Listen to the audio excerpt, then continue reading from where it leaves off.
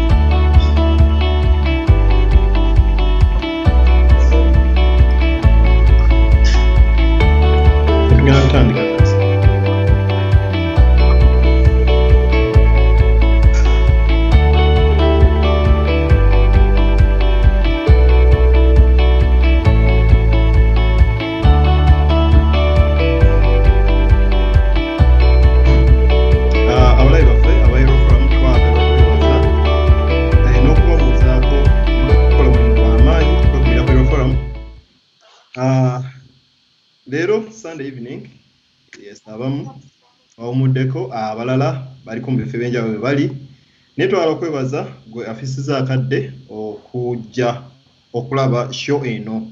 Leero tuzze n'omulamwa mulamwa munenemu nga gugamba the power of your mindset. Bino ebintu bitwogerako bulijjo. Naye tuzze n'abakyala bano ababiri n'omwami agenda kutwegattako naye kambasabe bababuuzeeko.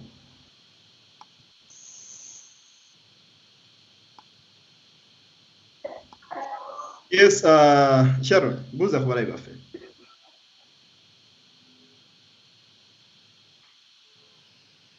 Okay, I'm going to use English. I'm not going to use Uganda. By the end of it all, if we can understand each other, that's the most important thing, right? That's very yeah. So so I'm called Sharon Namulime, and I'm here in Uganda right now, in Wakiso specifically. So good evening to everyone that is watching, or good afternoon, depending on where you are. Yeah, and I hope you enjoy the discussion. Yes, thank you. Yes, Jorin. On contrary, nzikankozesa olulimi olwaffe abalabi bamwe baffe mwenna tusanyusa okubalabako nate ku Sunday kuno. Kimanya abamu mulina bingi bye mukola naye tweyanza nnyo okuba nti ate muli wamu naffe saa zino. Musibye mutya nno, mwasize mutya nno, buli omu waali according okusinziira ku ssaawa gy'aliko. Amannya ag'enyi Wampita Nassali Jorin era nga nsinzidde wano e Sweden. Tubaaniriza nnyo. Yes, mwebale nnyo bannyabo. Ngera mukirabye tujja kuba ne program ey'enjawulo mu leero nga tujja kukozesa ennimi ebbiri, Uganda n'Oluzungu. Alan Sendi okuva e Dubai naye ajja kuba atwegattako. Bannyabo neesiimye okubakyaza program eno era twesimidde wamu okuba nti tugenda kufuulira ebirowoozo bye tulina ku kigambo mindset. Naye nga twala okulaba obugazi, the extent of the power of mindset. Yes, Sharon.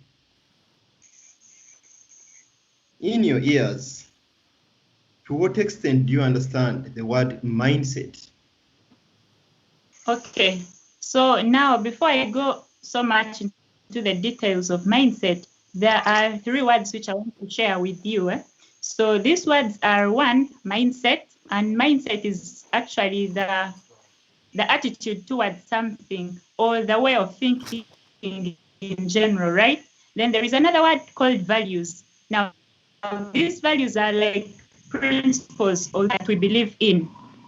Then the third word is behavior. And now this behavior refers to like the visible contact, all actions. That involves the choices we make, what we do, what we say, how we relate to others, stuff like that, right? So now these 3 words are interrelated in a way that they influence each other.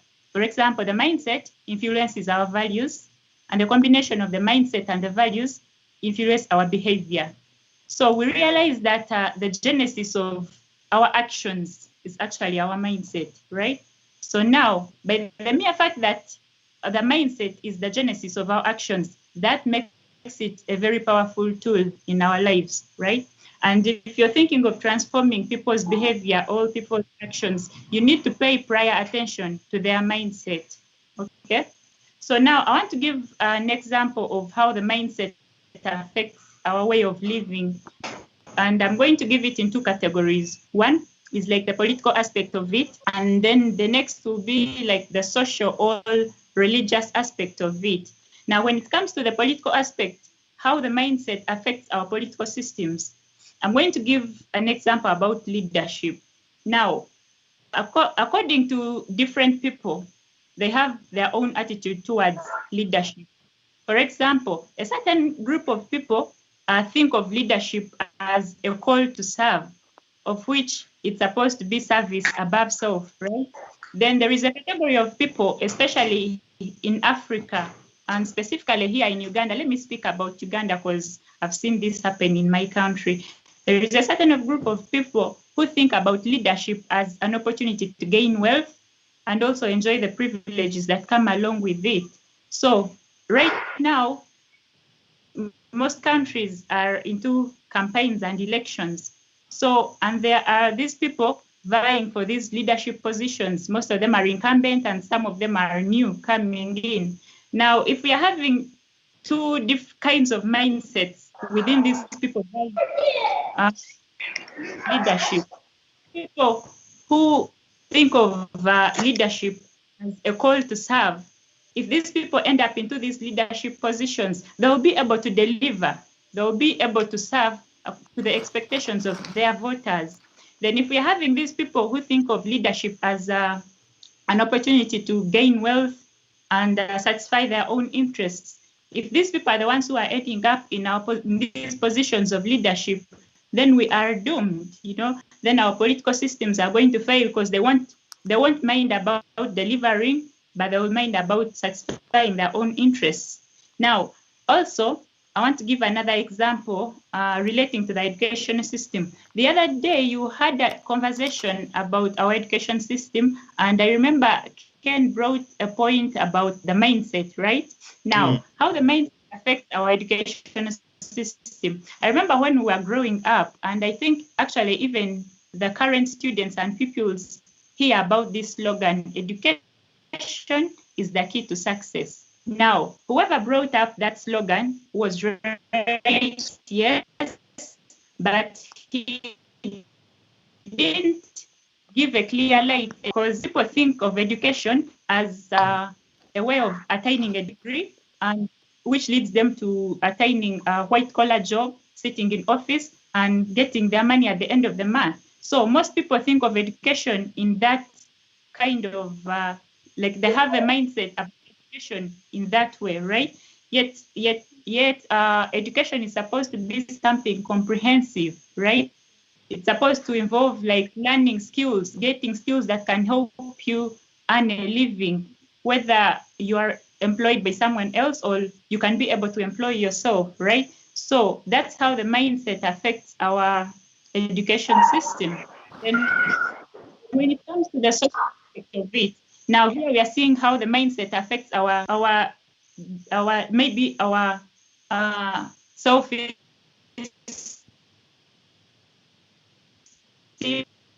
the values, etc., stuff like that. So, giving an example of the current pandemic. Yes, Sharon. Yes, please. Yes, if I just interject a bit. Yes, very interesting phrases, very interesting points. I've actually just had you put out. If I just cross a bit to Jorin, but I would love actually to highlight the three categories you've broken down: behavior, values, and mindset. So everything that mindset doesn't stand as a single entity, but it has a chain that leads to that. Yes, but let me just switch it a bit to Jorin, see what she thinks about mindset. Yes, I know different minds have different perceptions of this. Nassali Jorin, mindset gw'ogirabye otya? Okusookera ddala nja kwebaza Madam Sharon engeri gya breakinze down ebintu ebyo nti akitandikidde ddala ku level eri waggulu eri from the political perspective of this point of this topic. So senga nze Jorin mindset nja kujja ate nkireete ku daily life. And the power of mindset actually nchirabanga tolerance, perseverance. The ability to persevere etandikira mu mind yo nga kinoomu. The ability to tolerate whatever you're going through ng'olina target gy'okozeemu, then the ability of not giving up. It starts with our mindset. So whether it is negative mindset or positive, yonna amaanyi ky'okitadde mu mindset yo yegenda okutwala gy'oyagala. So nga nkirase wansi ddala ddala to the level of family, that is daily life. Mba ngenze ku family kubanga nze abalabi ba You're From, I'm an ambassador of the Family Matters show. So even when we are in the house at home as parents, the way you set your mind kyekintu kyogenda okulaba woba olaba nga abaana bo bagenda kukaluubirira, it starts with your mindset. Omwana ono mulalu, so you'll end up, he or he will be mulalu. So at the end of the day, if you have a positive mindset over everything that happens in your family, over everything that happens in your daily financial life, ogenda okusanga the zeal and the ability to persevere and tolerate whatever you're going to go through, kyomanyi ne kyotomanyi, it starts with your mindset. So that's where the power of your mindset, and the amaanyi gy'ogiteekamu, your result is often. That is, to me, as I understand the power of mindset. The power of mindset, now another new concept, perseverance, the ability to hang on. Okay, yes, here we are throwing a light on the width or the extent of how we understand mindset. But okay, let's try to understand. Mindset, it is a chain, like both of you have put it. But do we have the ability to break this chain? We all understand that we have a couple of aspects which we've carried on from generation to generation. We've picked them from our parents' generation, we have them, and we began to push them onto our kids. So, but such values, which may be assessed as substandard in different minds, but do we see somewhere room to break this chain? That is after assessing that we do not lead that kind of mindset. Like Sharon has just put it out, the political aspect in the education system, do we have the power and the authority to break that chain? Yes, Sharon. Yeah, of course, we have the power and the ability to break that chain. Now, first of all, let me first tell you what influences the mindset, right? Now, what influences the mindset, according to me, I've broken it into two scenarios. There is the people we interact with. Those are the people that influence our mindset. For example, we have parents, we have leaders, we have our peers, mentors, and the people we look up to, right? Those that inspire us. So now those are the people who are responsible for breaking that chain, right? Because we believe in them, we look up to them, and it's kind of their responsibility to break that chain. For example, if I'm to give an example of parents, they say children grab things faster than adults. So parents should be careful what they tell their children, because what you tell your children, remember, these children, like, they respect you, they look up to you, you inspire them. So what you tell them is what they will go with, right? So it's really important to be careful what you tell your children as parents. Then also, yes, Sharon, the leaders. May just chip in there. Yeah. I heard you categorize the two groups of leaders. Leaders who are service-oriented and leaders who are power-oriented. These are leaders who are definitely above 18 years old.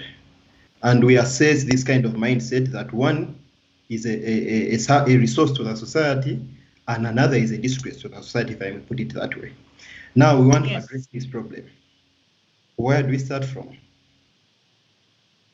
Because these are adults, there are people around them who believe in them, and they'll probably pick this kind of mindset from somewhere, probably read it from somewhere.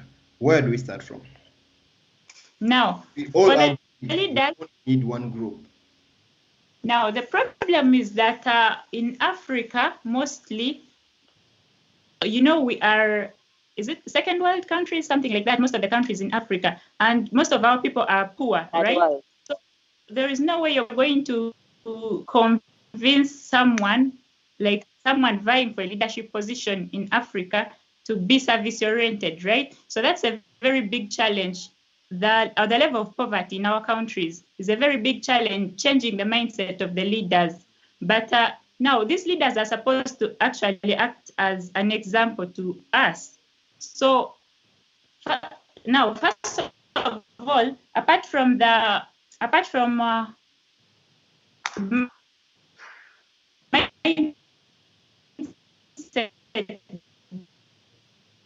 being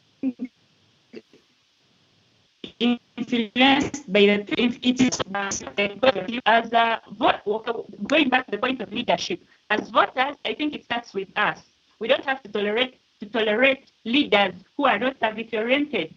Remember that we are the ones who vote them into power. So if we can take up that responsibility to stick to our values, we should be able to choose leaders wisely. So it is upon us to vote leaders who are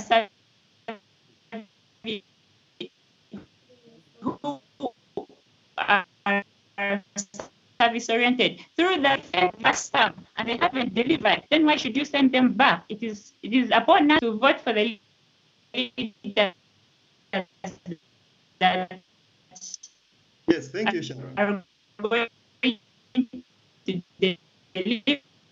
deliver according to our expectations. Yes, so that's my opinion about that. Yes, thank you, Sharon. Yes, Jorin, if I may just borrow Sharon's point about the two categories of leaders, service-oriented, power-oriented, or self-centered. And we believe one category that is power-oriented or self-centered is not desirable to our society. Where do we start from to change this kind of mindset? Because, I understand that there are things easier said than done. But okay, if we just throw a bit of light and maybe give just our opinions, where do we start from about this?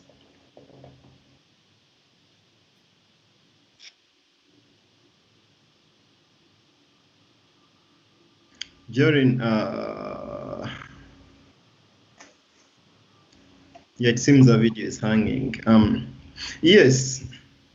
Yes, Sharon, as Jorin comes back. Yes, actually, the reason why I'm centering so much on this is that there is a very, very wide discussion that has gone on for years and probably still going on about mindset. Okay, Sharon, as we wait for Jorin, do you believe, as some people put it, that the primary difference between Africa and Europe is our mindset? Do you believe that? I believe that, but I believe it to a 50% extent. Okay. Yeah, just not really 100%. Now, first of all, you may have a positive mindset, but then you don't have enough resources. Okay. Right? That's right. So the mindset alone may not help you achieve a desired goal, but it's a combination of other factors, for example, resources. So as in Africa, we may lack enough resources to help us achieve a certain goal, but the mindset itself is a positive mindset, and it's a strong one and a clear one. But because of lack of resources, we may not be able to achieve some things that other continents have been able to achieve, right? Okay, I actually get your point, Sharon. As we wait for the others to come back, yeah, it's yes, you may have a positive mindset, but without resources, it becomes futile. But okay, there are certain phrases we've heard over the years, things like African time. Do you believe there is African time and European time? No, not exactly. Not exactly. Of course, no. In the context, not actually what we know as GMT, EMT, but EAT, but I mean African time. as we always put it, do you believe there is African time and European time? Yeah, in that context, of course, there is African time and there is European time. There is one time I was talking about time management with some friends, and I was shocked when someone told me that poor time management is an African philosophy which you have to deal with. If you think you're going to everyone's mindset towards time management in Africa, then you are lost. You're supposed to be somewhere in Europe. I was very shocked by that opinion from some guy. Okay, but what do you think about that? Do you think it's something we should live with and just let it be? No, of course it's not something we should live with and just let it be. First of all, time management is vital in our like every day-to-day lives. You know, like there is a way it brings us backwards, right? Yeah, that's true. For example, if you are a working team and you're supposed to achieve a certain goal within a certain time frame, then people among your team fail to make it within that time frame. It takes the whole team back, right? It can lead you to like not to achieve a certain goal because of a few people who haven't been able to deliver within the required time frame. So it's non-developmental in simple terms. Yes, Jorin, as you are aware, I was actually asking Sharon what she thinks about the saying African time. And regardless of the class, regardless of the profile, people comfortably believe that. And people arrange functions and they put 4 o'clock expecting people to come at 6. And this has been carried on. And if you complain, actually you appear weird to them. I mean, you appear like you're actually the odd one out. Yeah, in your opinion, do you think the unusual or unbelievable phrase African time is something that yes, it's a wrong mindset, but what do you think about it? First and foremost, it's not right. It's because not right. so many things go to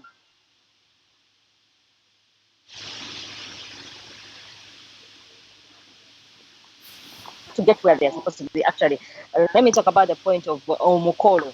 Omugenyi omukulu naja at the wrong time. So yeah, it's wrong.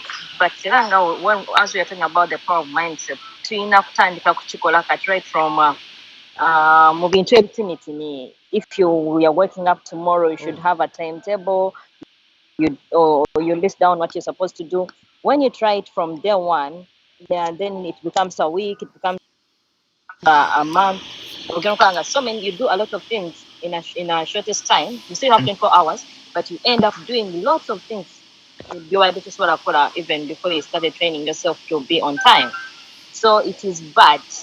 Let's not even call it kintu kibi nnyo okukyeteekamu lwakuba nti gye tuva twakyemanyiiza, but it is not right. It wastes a lot of time and money. It's actually sometimes some people, we've lost friends because we do not keep time.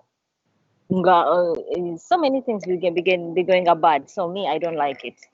Though Yes. I'm a victim. Actually, Yes, thank you, Jorin. Yes, thank you, Jorin.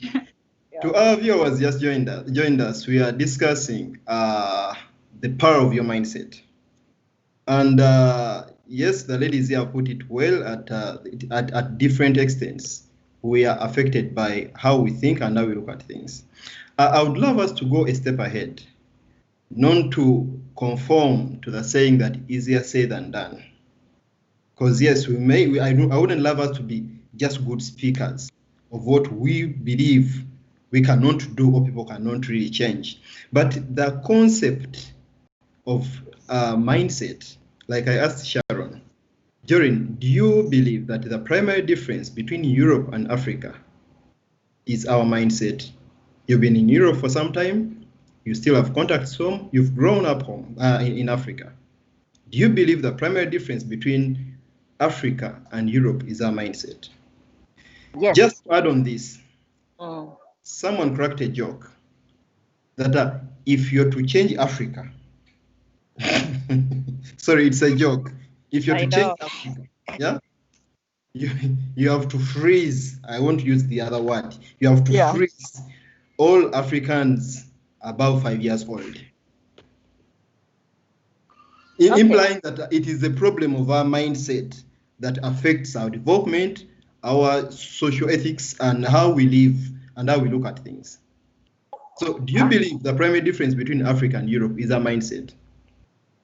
I strongly believe that, but I wouldn't say that, but poverty is the main source of it's one of the effects that lead us to have a poor mindset. Kubanga me, I've lived in Uganda and I've lived here. Doreen, sorry to interrupt. Mm, But, for the time you've been in Europe, you've probably Mm. interacted with Ugandans. mm. In their mindset, do you see them any different from the Ugandans you left home? The Ugandans here or the Ugandans back home? I mean, the Ugandans in Europe, the Ugandans you have in your contacts in Sweden, do you see them any different as regards time management, as regards a series of mindset, lifestyles we've grown up with? Do you see them any different? I see from them the Ugandans different. back home? Yeah, I see them different, and I've tried to get to what makes them different. It's the system here and the schedules people have, because there are so many things we do not substitute for here. Yet back in Uganda, we substitute for. So someone, if you don't have a substitute for a certain situation, you just have to organize your mindset and go for that thing. There's no shortcut. So that's make them different. But if at all, they always even look for a substitute, but in the system, it's not anyway. Yeah. So oyo bakwita kwebereramu era bamweza namwana nabadde nebereddemu nga nino kiggusa. They aren't any different just because when the system kukolanga you're supposed to be like the way. Okay, Jorin, as I understand you, they are not any different, but it is the system that compels them to appear different. Yeah. Yes, as much as I understand, Sharon, you are a civil engineer. And you probably have worked for different corporate companies. And it is very clear that you've worked with people who have traveled the world. Yes. In your interaction with these people, do you see them any different as regards their mindset on a series of things from those that have never traveled from Uganda? Yes, exactly. So I've happened to, like the recent project I was working on, it was a construction of Paris Akumi Road, and the contractor there was the Arab contractors. So I happened to work with the Arab contractors, and I happened to learn a lot of things from these guys, right? These guys are people who value everything that brings in money, right? Like even like time, they don't tolerate mistakes, and they make sure to utilize every opportunity they get to learn something. You will find an Arab who will okay, for example, for example, I was working in the materials department. So you'll find this person, like an African, okay, Ugandan, working in the materials department, but even during their free time, they wouldn't bother to go and check in the surveying department what's going on. Like in other departments, at free time, they'll keep there and maybe be on their phones or have a day off or something like that. But these Arabs will make sure to learn everything. Civil engineering, right? Like they don't limit their ability to learn something. Then also they don't tolerate mistakes. Then also they value time management so much. So that's the difference according to the mindset I've witnessed. So you agree that there is a clear difference between our mindset, the indigenous Ugandans, and the mindset of maybe the Ugandans who have been born and grown in Europe, and maybe other nationals from other continents. Yeah, yes, but okay. having identified this difference and having come to terms with it, that there is a difference, and we all agree that in a series of aspects, we look at things differently. Like someone joked that the primary difference between Africa and Europe is the mindset. Of course, there is poverty, the economic bit of it, but we all agree that things to do with time, things to do with how we own up. Yeah, you somewhere hinted on, Sharon, that the ability to own up and take responsibility of either mistakes, responsibility of your society, responsibility of everything around you. Yeah. This brings us to a belief that mindset and morals are inseparable. Do you agree? Yes, I agree. Like Okay. now, these morals bring in the context of ethics and integrity. And you know that the ethics and integrity, those are like, like that. Those are like values, like worth dying for, right? So, and in case one feels like they have violated those values, there will be some kind of tension. So remember, the mindset is what drives us into setting these principles for ourselves. So, and if you're going to influence mindset, like your personal mindset, all influence society's mindset, then you have to base on ethics and integrity in order to get a strong mindset that will be helpful, you know? Yes. So, Jorin. So in this, I'll just have to throw a question to both of you. Yeah. I mean, if you're saying to get a better mindset, you have to work on your morals and ethics. So this takes back to does it take back to the first question where we say the influencers of mindset? So first, are we supposed to work on our morals so that we get a better mindset? I don't know what I want to ask you guys. What do we have to handle first? Are they the morals and the ethics so that we can achieve a better mindset, or the other way around? Okay. You get my point? Yes. Okay, maybe I'll give briefly my side and then I'll let Sharon take on hers. What do we address first? In my understanding, morals, ethics, and integrity are subsets of our mindset. Ethics and integrity, given our upbringing, we tend to think it is a concept that is applied in the employment world. But all we are discussing, like the categories Sharon broke down about our leaders, is driven by ethics and integrity that is also hinged to morals. Ethics and integrity should be a lifestyle, in my understanding. Ethics and integrity should be something you just do naturally, you just live with naturally. So it is morals, ethics, and integrity are subsets of our mindset. So the two actually on the same line if it is in hierarchy. So that's how I understand it. So that means, Moses, when you want to improve someone's mindset, you're supposed to handle the morals and ethics first. Yeah. Ethics and morals, actually ethics and integrity, which may actually sometimes be categorized under morals, should be something one should grow up with. It should be natural for someone not to cheat. But because you've grown up in such an environment, you find it natural to do abnormal things in a normal way. And actually, that's the problem. To have African time. So you find it natural to be late and do not explain. And when someone tries to raise concern, then he will be the weird one. So when we get used to doing abnormal things in a normal way, they become a norm. Okay. So anyway, okay. I don't know what Sharon thinks about that. Okay, just to add on that, of course, I concur with you. But just to add on that, now, assuming you're faced with a situation and you have, right?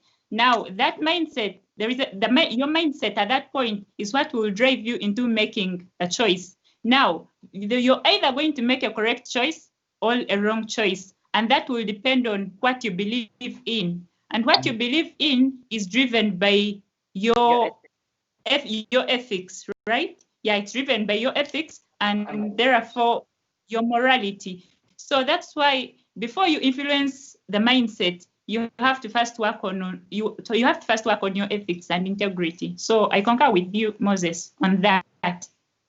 Yes, as much as I understand, mindset is broken down into bits. There is this fixed mindset and then the growth mindset. People who believe I'm here and I've parked here. This is what I believe in because my grandmom told me so, my mom told me so, it is this. Actually, people who look at opportunities in challenges. If we may just take it a step ahead. Jorin and Sharon, this topic of mindset actually is something very broad. That's why actually we're trying to narrow down to something that seems a little practical, to break it down to a common mind about the aspect of mindset. Africa, particularly Uganda, we have a range of challenges, but we as well have a range of opportunities. Our climate, our nature, our climate, our social system, leave alone the political system, our social system. We are blessed to have informal education as part of our education system, which we at times we don't recognize when we probably leave school and we can't find jobs. Do you think we are blessed but cannot identify the blessing we have around us? That we think we are poor, but in the context, in real context, we are not actually poor. Do you think so? I do. You do? I do. The best, actually, the wealthiest thing a person should have is I'm talking this out of experience, is the social network. As Africans, we have a very good social network. Like, people are very social. The life we live in is normal. I should call it normal. For us who have come to this side, we've seen that people mean a lot more than even the money. They mean a lot. And they're talking about the informal system, education system Moses has talked about. Yes, it is also good because now, before, we were imparted on the formal, which is not helping us. But imagine if you add on your informal, little informal education that you have, then with the people around you, where people just interact and you take your stress off, you start a business, people just jump on and they push you through. They buy even what they don't know. Ugandans, people buy even what they don't want. Yeah. It's not that they are poor, but there is that warmth in them. When you talk about the climate, it is so warm. People just live every day. There are times when Ugandans have never put on, and Uganda, I never put on such a jacket. But here even I could not stand sitting outside without a warm jacket. Yet in Uganda, Ochikuba Paka lasts. Yes, so we are even richer than what we even think. Thank you, Jorin. Could it be that our mindset deters our self-appreciation? Actually, we expect a lot. In the book, The Miseducation of the Negro, the author wrote that if you control somebody's mindset or somebody's thinking, you need not to control his actions. Wow. Could it be that the inferiority complex we've grown up with makes us think that we have no opportunities around us apart from what we think that was streamlined for us, that you have to go to school, get a best education around, go to this level, build your career at work until you make it happen? Could it be that our thinking is controlled in a way that we don't even see the opportunities around us? Sharon. Actually, about that, you know, that inferiority complex, actually, you brought it up and I was thinking about it. Now, there is a way this inferiority complex damages our self-esteem, in that even though we have opportunities, we can't be able to utilize them because in our mind, we don't believe in ourselves, right? So if you think of achieving a certain goal and you lack that self-esteem within you, there is a way you drag yourself behind and you're like, but will I be able to manage this really? Like you don't believe in yourself. So that mindset that lowers our self-esteem makes us not be able to utilize these opportunities, even though they are right in front of us. We can't be able to see them and utilize them. So yeah. Very nice points you've made. Starting from where you were, what would you do to change this? Starting from where you are, the people around you, your family, your social network, what do you think is practical to help our people shift from this to something better? Now, what is practical is like you yourself changing your mindset and acting as an example to the like if, for example, if you're in a family or you're in a group of friends and there is that something maybe like a business venture that you'd love to start, but all of you are like you're having like low self-esteem. So be the and so that your friends can see you as an example, right? There is, like these are examples. There is a saying I quoted some time back, which goes like noble examples that as to noble actions. So if I come up amongst my friends or my family members and do something that is, will be able to learn from me and also get that, like also get that esteem, right? Or do something that is even more important than mine. So that's it. Yes, thank you, Sharon. It echoes being the change you want to see. Yes, it starts with you. Let me just read a few comments here. To our viewers out there who are watching us, we want to thank you. Goodman Kenster has written here that I don't think the difference is the mindset, because Africans don't keep time even when they come to Europe. Jorin, do you agree? That's what I told you. Be honest. That's what I told you. The system is trying to change us, but it's not that us who changed, but the system is trying to change us. And Kenster is right. Okay.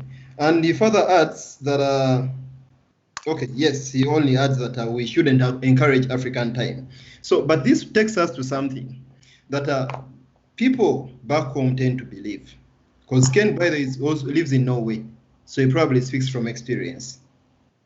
Yeah, one would assume that what we have experienced and lived with back home, that we think are not right, that should be changed.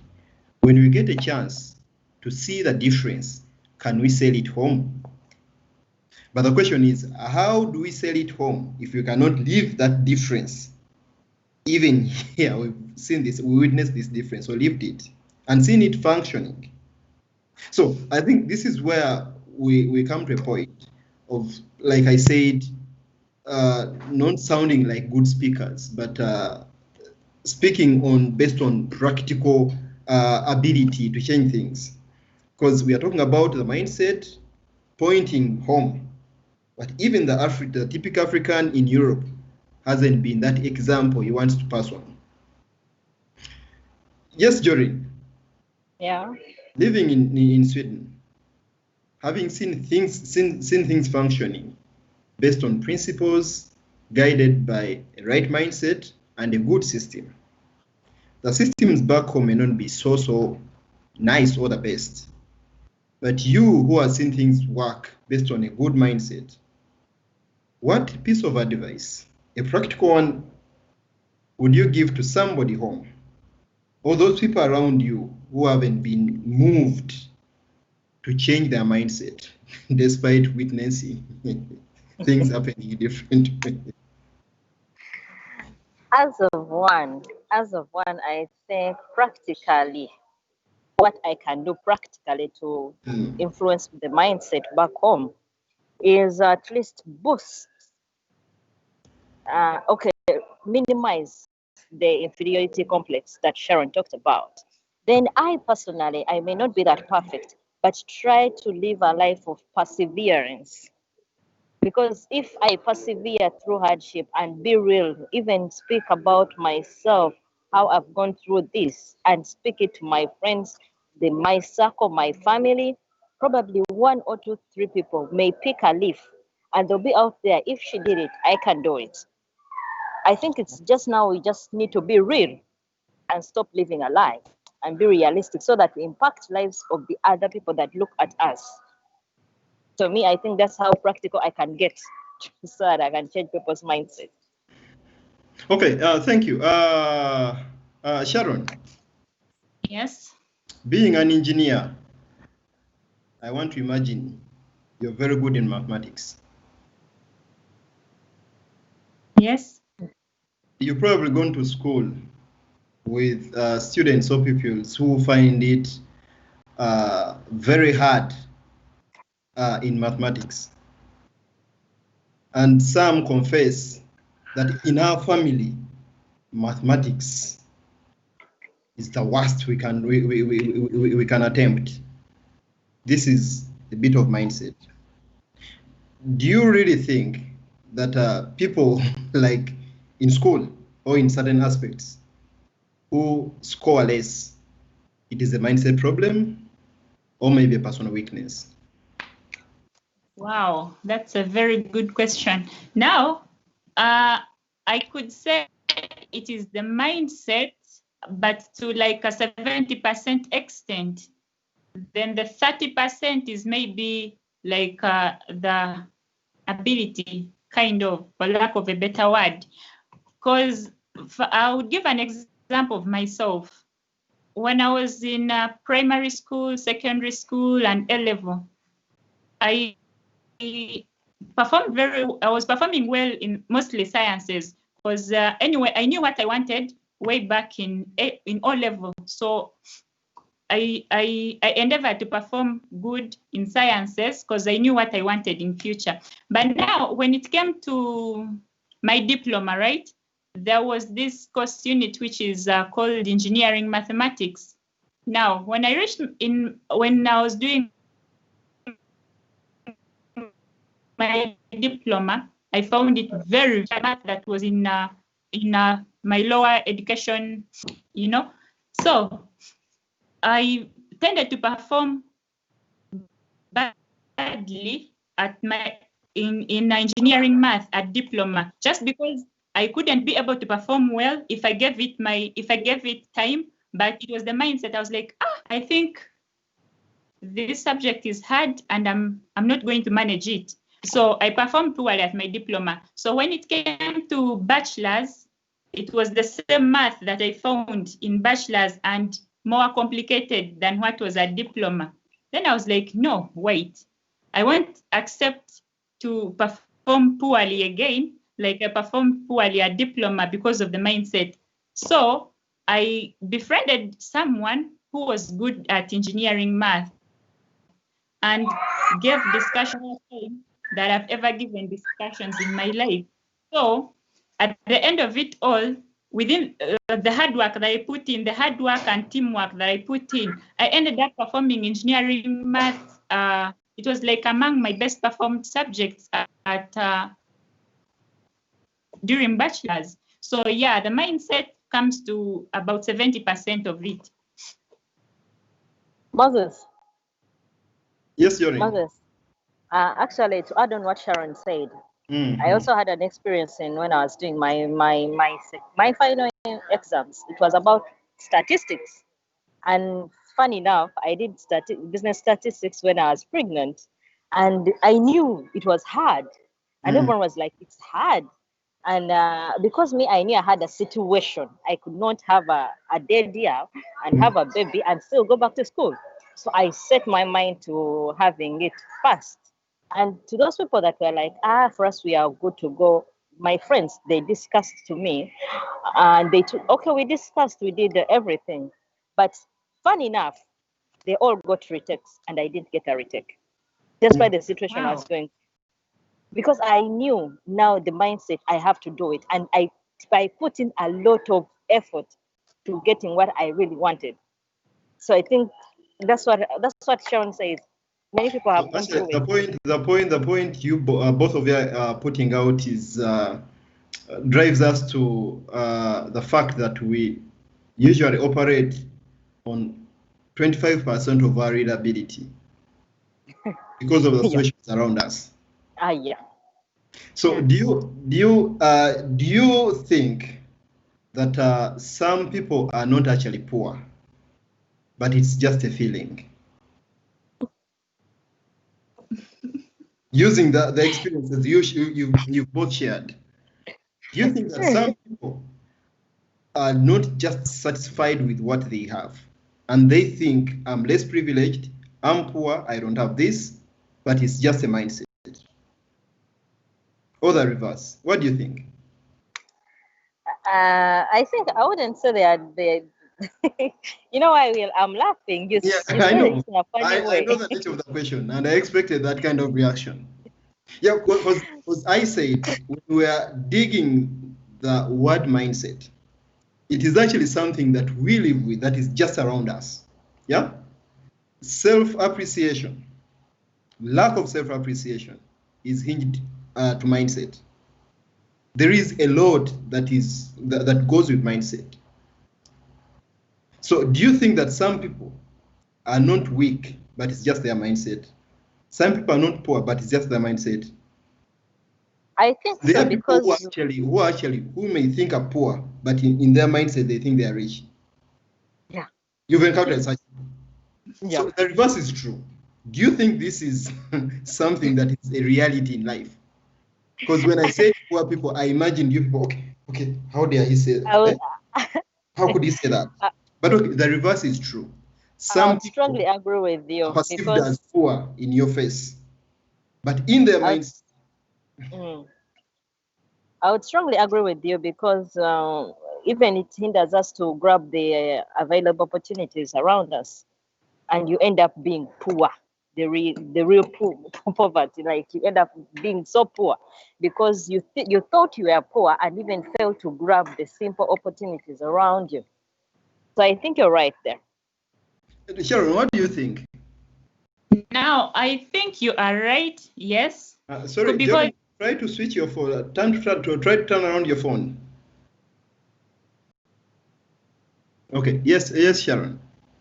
Oh yeah, I think you are right because most people think of poverty as okay, like in monetary terms, but but if someone is rich, it doesn't mean that they are rich in terms of money.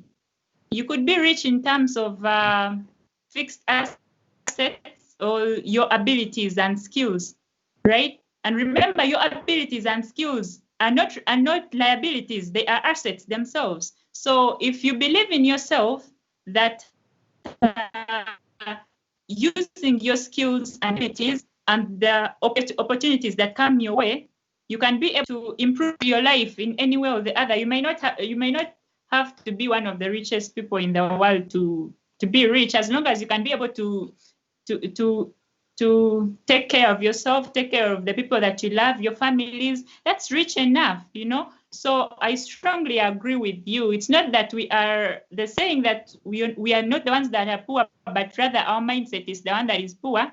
Yeah, I agree with you on that. Actually, I understood the nature of the question, and I expected that facial expression when asked that. But reality has it that her mindset is as strong as making you blind to the opportunities around you. enjogera mu Luganda nti mu ssowaani yo mulimu ekifi ky'ennyama naye olingiza eri mu yo oli omuli ebijanjalo. Mu bwongo you're blinded by this mindset that this is not enough. Something good is there. So, and actually that's a lot we may throw light about. Jorin is off, and we actually to the point of winding up. As we wait for Jorin to come back, I will ask you, Sharon, to give your final remarks about mindset. Oh, okay. So having had a clear picture of what the mindset is and how it can influence our way of living, so I expect someone who has been part of this conversation to try and develop their mindset towards positivity, so that they can have a positive and a strong mindset. And this should be like it should be basing on, first of all, ethics and integrity. Should be basing on self-esteem and the ability to prioritize, and also it should be basing on God-centered values, you know. So those are the guidelines on how to improve your mindset. Thank you, Sharon. Jorin seems to be totally off. Yes, but I want to thank you for your time, and I want to thank you for the extent of discussion you've gone to break down the word mindset. I loved your opening statements when you categorized the three words: behavior, values, and mindset. To me, it's been something to consider as a chain, because one influences the other. Thank you for that. To our viewers out there, I want to thank you for keeping yourselves online. Despite having tight schedule, I know there is a football match that just collided with this. We collided actually with a match. So, but thank you for keeping yourselves online, and I want to thank you, Davis Bukenya, our production coordinator, for the great work you're doing out there. Thank you. See you next time. Okay.